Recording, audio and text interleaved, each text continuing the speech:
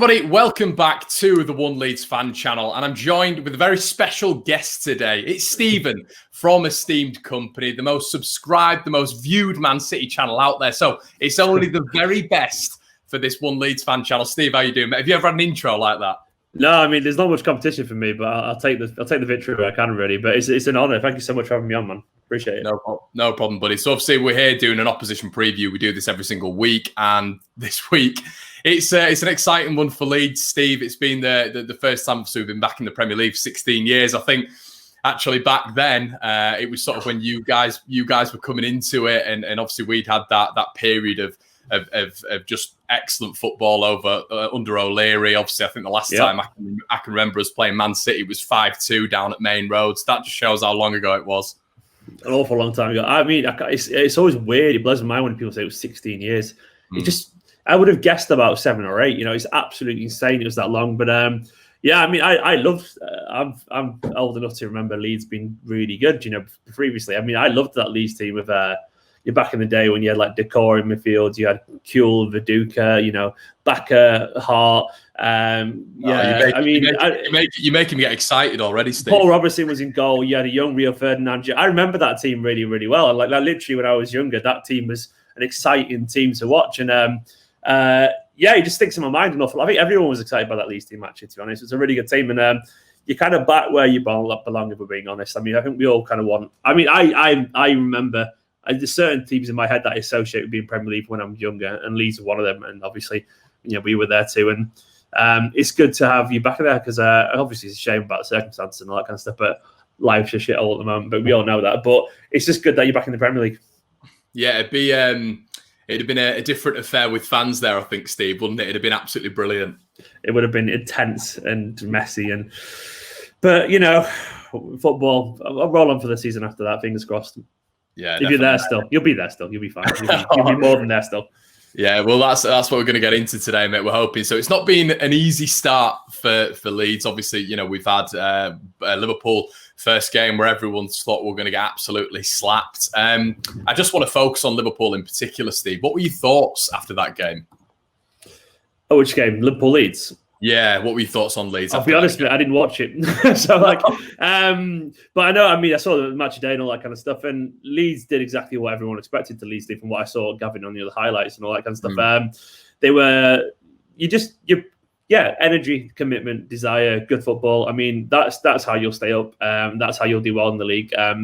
Because you're willing to go toe-to-toe with teams, you know, at any level, at any standard. And I remember watching against Arsenal last season in the FA Cup and thinking, no, these will be totally fine. If they're in the Premier League, the football's just too good not to. And you've got a manager that I bloody love anyway, you know, genuinely. Obviously, I'd be weird as a Guardiola fan not to love Bielsa as well. And, I mean, that was, you showed it.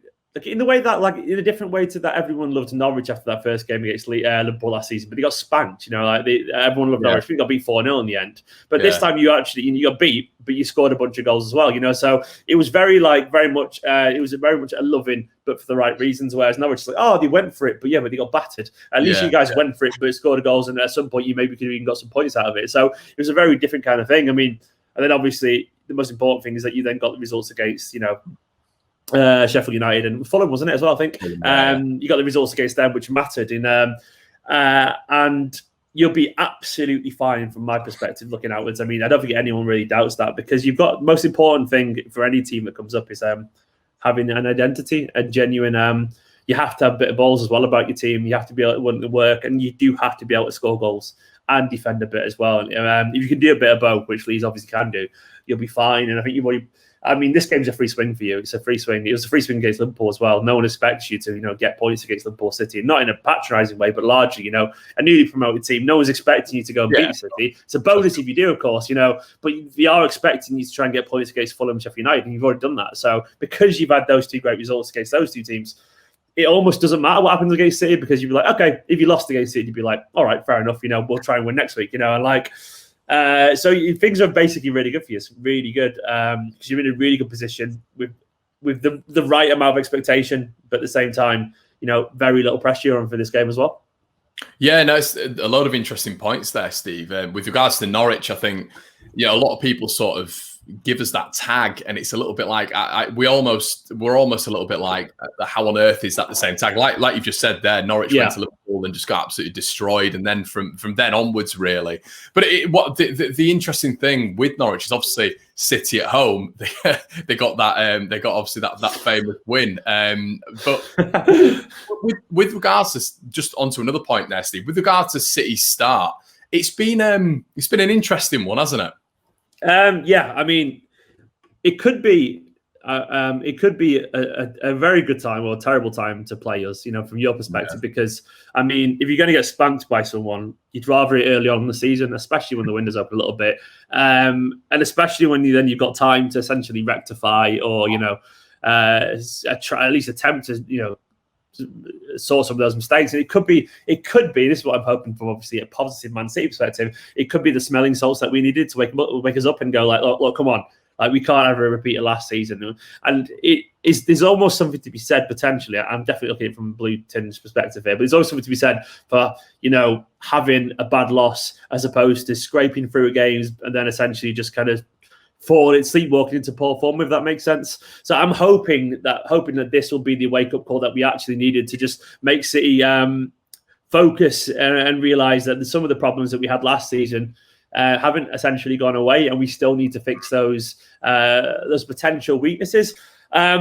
And there was rumours that Guardiola played the team he did last night, the strong team against Burnley, which was comically strong, which was not expected at all compared to the team he played against Bournemouth in the Carabao Cup last week. There's rumours that the reason he did that was because the players, I think Guardiola kind of said it himself, so it's not even rumours. Guardiola said basically the players were like, look, no, we want to play against Burnley in the Carabao Cup. We want to essentially get our rhythm going, our flow, because City played no preseason games. We played 0 preseason games. And I guess the players have said, look, can we just let's rectify our mistakes against Leicester? Let's play our way into form to an extent, and let's try and get a bit of rhythm and a bit of flow. So I'm hoping that this defeat, which was terrible, don't get me wrong, but it was almost so bad that I'm hoping it can't get much worse, if that makes sense. I'm hoping that'll be the catalyst for City to sort their problems out, because they have to, because it was a catastrophically bad performance. It could also be that, we haven't had time to rectify those mistakes, and it could be a great time to play us. But I would expect from a bunch of serial winners and City players, they are winners, largely, otherwise they wouldn't be where they are in their, in general. I'm hoping we can't have 2 bad performances like that back to back. I mean, if so, there would be genuine question marks about even Guardiola at that point. So I'm positive at the moment because of the negative, if that makes sense. Yeah, of course. And there's a whole romanticism with Leeds at the minute. We're going to the first time in 16 years, Bielsa. And, I think we're proving a lot of people wrong. But at the same time, there has to be a dose of realism as well. We're playing a side who have sort of mesmeric quality in pretty much every position right now, anyway, obviously with the addition of Ruben Diaz. So I think it's going to be a very, very interesting game and a terrifying game. Just thinking about it now, I'm sort of psyching myself out of it. But in terms of the hype, Steve, Pep versus Bielsa, is there more pressure on Pep this weekend? Yeah, of course. Bielsa, there's absolutely 0 pressure on him, genuinely. I mean, once again, I'm not trying to patronise, but literally, I mean, if someone said, City will beat Leeds, I mean, there's hardly anyone who's going to be surprised by that, really. It's like, well, of course, Leeds are a good side, but they're a newly promoted side, and City are one of the best sides in European football, and the pressure is entirely on Guardiola, massively. I think there'll be pressure will be on Guardiola himself as well, because he considers himself a relative disciple of Bielsa. I think we all know that. He's very much a man. He's paid attention an awful lot to his methods. He's learned a lot from him personally. He loves Bielsa, and Bielsa's been a very influential. I mean, maybe Bielsa hasn't got the glittering CV that Guardiola has got, and I mean, it's very much the student and the teacher and all that kind of stuff. But I mean, Guardiola's obviously more than graduated that school, a long time ago. But he does have that respect for him, and most coaches in the game probably, especially ones of a similar style, will have that respect for Bielsa too. And I think Guardiola will. Of course, those personal little moments make coaches or players or whatever a little bit more focused. And I do think this will be the kind of game that Guardiola would have had in the back of his mind, because it's an old friend, it's a man he respects, and he will want to impress his old teacher. I mean, I don't know if you ever bumped into an old teacher as well when you've left, and you're in the real world. I remember working at Top Man when I was 20, and seeing an old French teacher, I'd be like, "Fuck, how was he pain in the arse?" I remember thinking, "Oh, he's got to look at me like." And there's nothing wrong with working in retail, by the way. I'm just saying, he must have thinking, you are where you are, Stephen, rightfully so. I remember thinking, I wish I could have impressed him, been like a financial advisor or something like that. But there'll be an element of like thinking like the teacher will want to impress his old, the student. And God doesn't have to impress anyone, but I'm getting that. There's an element of like you always play up to people that you consider to be mentors. So I do think Guardiola will be looking at Bielsa thinking, I want to impress him. My ego's taken an absolute battering after being battered by Leicester and. There's an awful lot of people currently questioning Guardiola. Stevie speaks for itself, but he will feel a little bit of pressure currently. City are under a little bit of pressure, so there has to be a reaction. There simply has to be, because if City don't pick up these 3 points, we're at this crazy stage already where we're already chasing down Liverpool, and Liverpool look relentless, and it's literally a must-win game, and it's only the third game of the season, so loads of pressure. Where Leeds, you've already won 2 games. You got 6 points already. If you lose this, it's no big deal. Literally no big deal. Yeah, no, it's a lot of interesting points. And with regards to what you were just saying there in terms of, the chase in Liverpool, would you think Guardiola's going to make some drastic changes to the lineup? City's squad isn't... We've got a strong squad, of course, but there has been a few injuries recently, so there's only so many changes we can make. And I was surprised by how strong he played against Burnley. As I was saying a minute ago, like against Bournemouth in the Carabao Cup previously, he played a whole bunch of academy players. He played some first team players, but mainly it was it was like kind of even split, half academy, half first team. Last night, presuming this goes out today on the Thursday. Last night against Burnley, he played Fernandinho, he played Laporte, Kyle Walker, Mendy, Ake got on as well. You played Rodri, Kevin De Bruyne, Mahrez, Sterling, Ferran Torres. None of us expected that. No City fans expected that. And that was, according to Guardiola, for rhythm. So he will play a strong team. There'll be some changes, of course. I could probably guess most of the team right now. We've not had the press conference yet, so I don't really know. And at the moment, it feels like every day they're announcing someone else is out for a week or two here and there, So it's hard to say. But if I was to guess, Edison's obviously going to be in goal. Mendy, I'm hoping plays actually, even though he's not been in great form. He absolutely adores Bielsa. He Bielsa. Like he really does. He's tweeted about him loads already this season. So I'm hoping he plays, just because once again it's the whole, you want to make a point, to the people that you love and all that kind of stuff. So I think Mendy will play, and if not, I wouldn't be surprised he's on like Ake maybe at left back, so a little bit defensive solidity. Laporte was so good to see him back on the pitch against Burnley, because Laporte is our rock at the back. He's the guy who just gives that assured nature to the defense. Maybe we'll see a debut for the new guy, Ruben Diaz, who I've got a lot of hopes on, because he's a bastard and you need them in your team, and he's a proper leader as well. He already speaks fluent English, which is great for the the cohesion of the back line. And he's just a vocal presence that City haven't had last season at all. Like, we lost Vincent Kompany, and people can laugh, but we even lost around the squad, someone like Fabian Delph is a vocal, losing 2 players who are both vocal in the squad. Even though Delph wasn't important to the team in the end, having 2 players out of a squad of 25 who are that vocal, who aren't going to suffer any fools, who aren't going to just point the finger over people and go, no, we were shit. Losing 2 people like that in 1 year, especially when it's Kompany as well, who's literally an all-time great, genuinely. Losing 2 people like that was massive for City last season, and we haven't got anyone in the squad until now. And so I'm hoping Ruben Diaz is that vocal presence. Walker will play. Bernardo Silva came back last night, which was great. He came on, so I reckon he'll start alongside Rodri in midfield, behind De Bruyne or someone like Foden. Foden got a rest as well, which was great as well. So then we haven't got a striker. So we could see Sterling through the middle. We could also play Liam Delap, who's Roy Delap's son, who's a brilliant, genuinely brilliant young striker. He's only 17 and a half, so I said the half because he's not even close to 18 yet, which shows how young he is, And he's a battering ram, a brutal forward, but inexperienced. But everyone expected him to play last night, but he didn't. So maybe he'll play against Leeds. Mahrez could play again. Ferran Torres had a great game last night, and it could be Sterling. But the front three, I'm not too sure yet, but the team will be pretty strong, I reckon.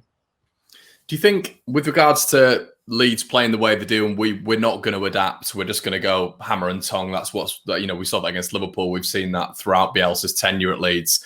Yeah. Are we going to be an awkward team for City to face? Yeah, of course, man. Your style will know our style.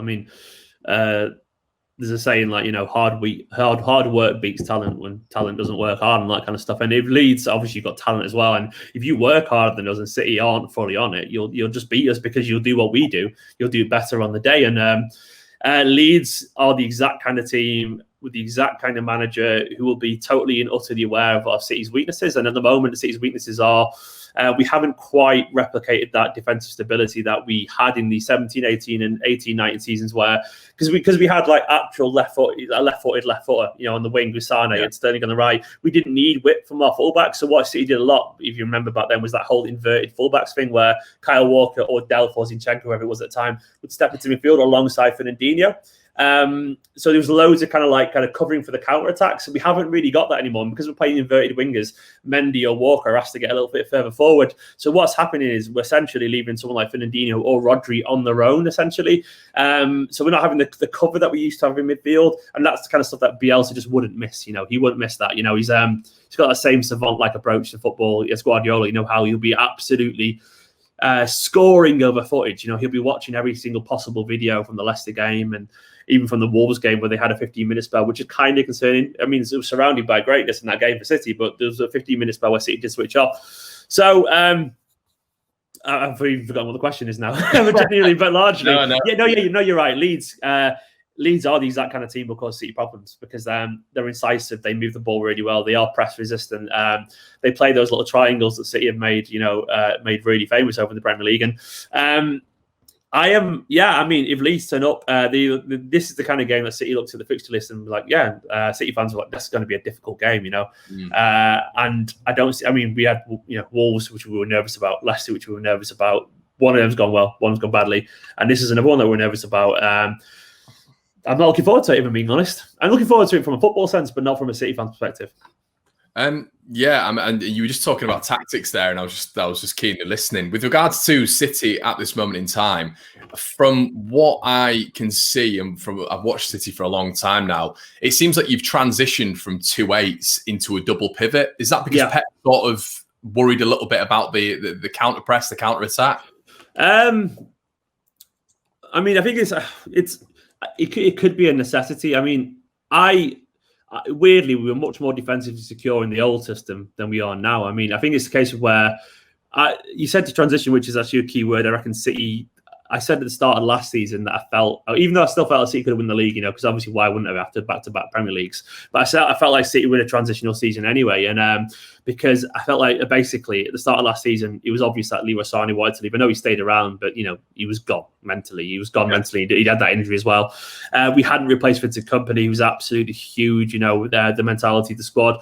And David Silva was a year older. Fernandinho was a year older. Fernandinho was dragged back into defence, and it felt like last season was going to be. There's too many changes to the makeup of the team that we weren't going to be effective. And I feel like City now, basically, because David Silva's not there, as well. So David Silva would have forced us to play 2-8s because David Silva's David Silva, and because he's not there.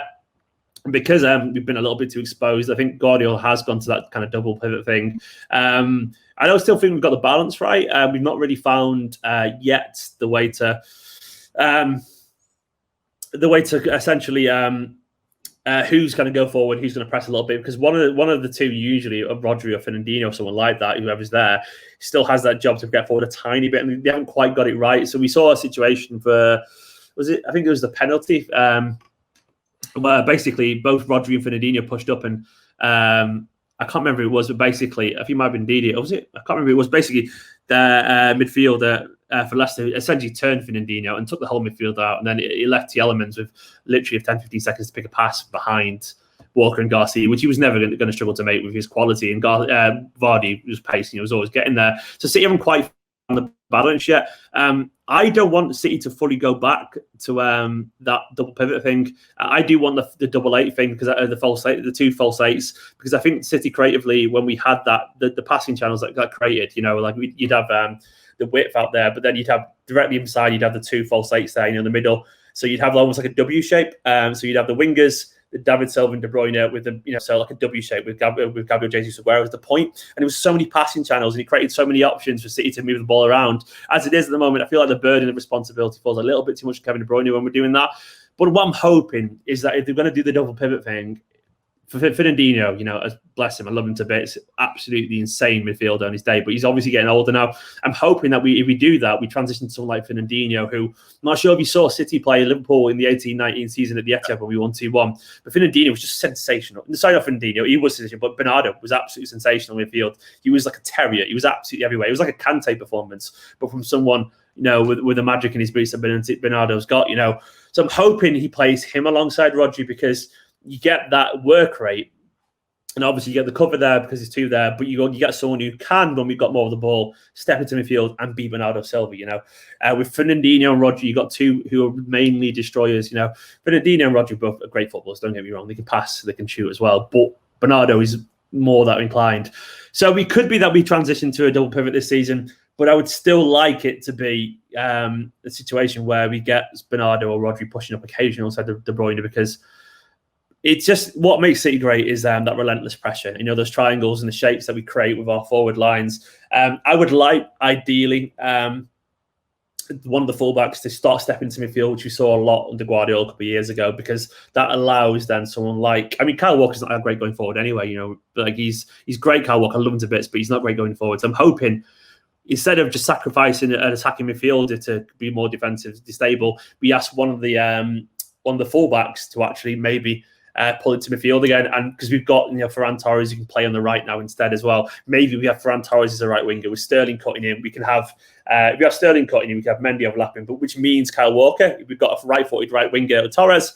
The width isn't necessary, so maybe we can have Kyle Walker step into midfield again, which allows then Bernardo Silva to go forward, if that makes sense. So I'm hoping we can do that instead. So City fans have talked an awful lot about this, as you can probably tell. So it's the big debate among City fans at the moment, because we haven't found that rhythm that we had previously. Obviously Guardiola knows more than any of us about football, but what I do know, everyone knows, is that things have changed. Whether they're better yet, we don't know. And you're just talking there about the double pivot. Does that mean that City aren't pressing as intensely? Last season was a drop off because David Silva simply couldn't do it. He lost his legs a little bit. He was old, which was frustrating, because obviously what made City so aggressive and so smothering was that you couldn't get out your own half. So the pressing has dropped a little bit. There's no reason why, even with a double pivot, that we can't press just as aggressively. I'm hoping we play. And Morris hasn't always been great at pressing, which is one of the reasons why Morris is quality, don't get me wrong, but his pressing's never been that considered and that composed. I do want City to play with energy. I want Bernardo in the team. I want Foden in the team. Ferran Torres last night, he had loads of energy pressing as well. I want pacey, aggressive players who can pass it and have that vibrancy naturally to their game. And that will help City big time, especially against someone like Leeds. Yeah, definitely. And I think the big sort of point for us in this game, it's utilising Calvin Phillips. Obviously, just the 4-1-4-1 formation, it's getting him on the ball, but I think he has such an important role. And Steve, you must laugh at this, mate, but in keeping that wonderful Belgian quiet, I don't know how he's going to do it. But what I will say is Calvin is, I still think he's England's best hope of a CDM, to be quite frank.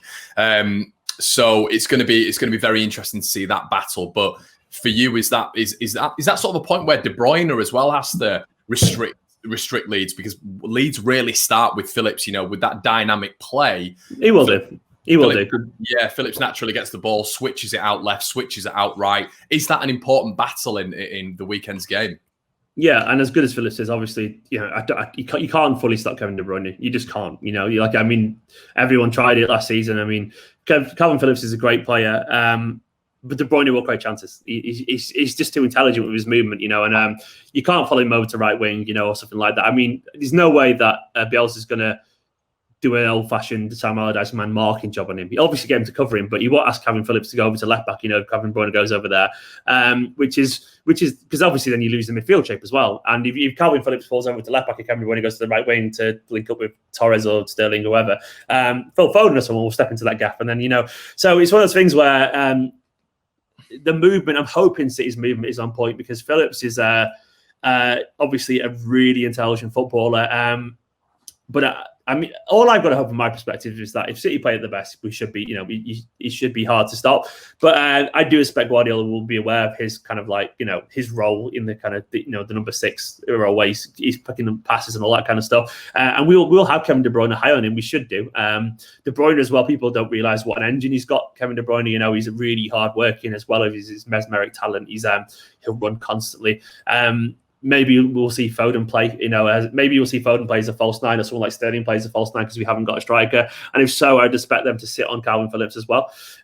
So there are ways we can potentially neutralise it. Whether we can do that, as with City at the moment, you never really know what City's going to turn up because we're still, don't get me wrong, we're still great, but we're not the same team as the previous couple of years. So that's a big question mark, whether we can actually stop Phillips or whether we can utilise the space around him. Obviously, the big issue for Leeds coming into this game is Jack Harrison not been available. Obviously, a Manchester City player, been absolutely wonderful for us, Steve. And in the Premier League so far, he's been, he's a duck to water. Really, he's been brilliant. And as I was just saying earlier on, the dynamism of Leeds forces us into the width. Basically, that's how Bielsa plays very similarly to Pep Guardiola's Man City. Do you see Leeds being able to hurt Mendy and Walker defensively? Yeah, if I'm being honest. I mean, I'm glad Jack Harrison is playing because he's almost certainly the kind of guy who would be a fullback or two. Walker will be up for this. I just don't know why he will be up for this. I just got a feeling he's a Yorkshire lad, isn't he? So I feel it. I mean, to be honest as well, actually, I've got a feeling like Mendy will be up for this if he plays as well because Bielsa as well. So I'm hoping actually we'll have a really focused back line, and I'm hoping Ruben Diaz plays. So you'll have Ruben Diaz is the leader. We really need a leader. So I'm hoping he plays. And also City could have a strong looking defensive once. But I mean, Leeds know how to work the space. I'm glad Harrison isn't playing because he genuinely has the ability to beat a man. And that's a weakness of City's. I mean, who will be Alioski, whatever, I can't pronounce his name, but it'll be someone like him. He's not really a skillful player, he's more of a runner, what I remember. I mean, the interesting thing is really interesting. You can play the young ex-City lad. You can play Poveda, which is I've been watching for 5-6 years, and very skillful, very frustrating at times, very skillful. Immense talent, but I mean, he might be up for it against City. You never know. So. Yeah, I think it's going to be really interesting who's on that left side. Because Alioski, like you just said, he's a hard worker, but technically, he's probably not that skillful to be able to actually take on a man in Walker. But he's so awkward, Steve. I can't think of a player like him in the Premier League. He's a grafter, and he really gets in the face of the fullback. So it's going to be interesting whether or not he sort of gets under Walker's skin. From my perspective, if there's one fullback that you probably can't physically match, it's Kyle Walker. He's an absolute freak, So, I mean, I do believe on his day, Kyle Walker is the best defensive fullback in the league, in my opinion. I know people think it's Wan-Bissaka, but it doesn't. It's Kyle Walker. Kyle Walker, when he's really motivated, you just literally can't get past him. He had a stinker against Leeds, Kyle Walker's weird. I mean, I guess other fans probably won't watch as much as we do, but Kyle Walker, he has a bad game. He has a terrible game, but then you can play with Real Madrid when we beat him. We got through to the quarters. Walker was phenomenal. He was ridiculous. He was the best player on the pitch against Real Madrid. It was like City fans gave him man of the match. He was just everywhere. His intensity, his desire, his pace. He was covering the defense on his own. And so I do believe if Walker turns up, I mean, he will cover that right side. I've got no doubt because Walker is usually a defensive rock. He's not great going forward, but his pace is just freakish. He literally can give you a 5-yard head start. And I love Kyle Walker. I mean, it's weird. Some City fans don't, I find it absolutely bizarre because he's ultra reliable. He's never injured. His pace is just insane. He's built like the brick shit house. He's only like 5. I think he's not even like 6'4". You think he is because he's so strong. He's like 5'10" or something like that. So he's not small, but he's definitely not the tallest, But he's just so physically imposing. And he's improved a lot more tactically than people realise as well in terms of his ability. But it is a big loss for you guys with Jack Harrison, I reckon, because as good as Alioski is, his game is not the kind of game I don't think. I'm saying that, watch him score a hat-trick now or something like that. But his game is like, on paper at least, I wouldn't say his game is the kind that would give Walker problems. But we'll see, I guess. Stranger things have happened. He could rise to the occasion. He's a bastard as well, and he's a really hard-working, crazy little player from what I can remember. So we'll see, but that's a big loss for you guys. I mean, I didn't even think about Harrison not playing. It hadn't crossed my mind because I've not really thought about it yet. You still got a bargain, by the way. I'm so annoyed by that. Like 11 million, whatever it's going to be. That's just ridiculous. I wouldn't be surprised if City have hid some kind of buyback in there either, by the way. But we'll see, I guess. But yeah, that's a big loss for you guys. But I'm confident. I mean, it's the left back you need to go for, Mendy, because he's been really poor defensively. It's over that side you need to go at him. Yeah, and that's going to be an interesting duel between him and Helder Costa, who's sort of flourishing at the minute under Bielsa. So that'll be a really interesting battle. With regards to Ruben Diaz potentially coming into the fold, obviously Bamford's got 3 and 3. He's had a really good start. He sort of is brilliant in this Bielsa system. We look half the team when he's off the pitch, just because of his high intensive aggressive press. Now, I completely sort of understand the fact that Ruben Diaz is a world-class player, and he's coming into this Manchester City side next to someone like Laporte, who is also world-class. Is it going to be a bit of a baptism of fire, though, for him to come in against a team who is so sort of similar to Manchester City in so many ways? Yeah, I mean, no game on your debut in the Premier League is easy. It's as simple as that, and some are harder than others. But there's absolutely, I mean, it doesn't matter who you are. I mean, I watched Yaya Toure and David Silva and people like that come in and be underwhelming at the start. I mean, some City fans with the first month of David Silva were like, I'm not sure he's going to have it, because of the physicality. And so, I mean, the point making is world-class players at any level can start slowly, and that's totally understandable.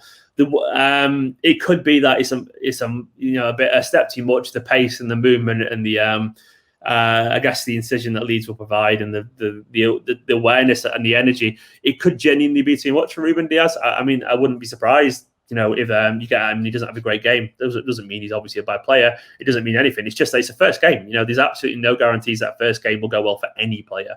And it could be too much. He might not even play, It might be that Guardiola decides that and he goes for someone like Ake instead, because Ake's had a really good start for City. Genuinely, I've been really impressed with him. He was the only one in the clusterfuck that was the Leicester game that didn't look totally lost. I mean, I felt sorry for Ake. He might have been. He looked more shambolic than the Bournemouth defence that got relegated. And he must be thinking, "What have I joined here?" So. But I reckon I'm hoping Diaz is that. I mean, he's the one thing. I spoke to a couple of Benfica fans, and they said the one thing he's a big game player.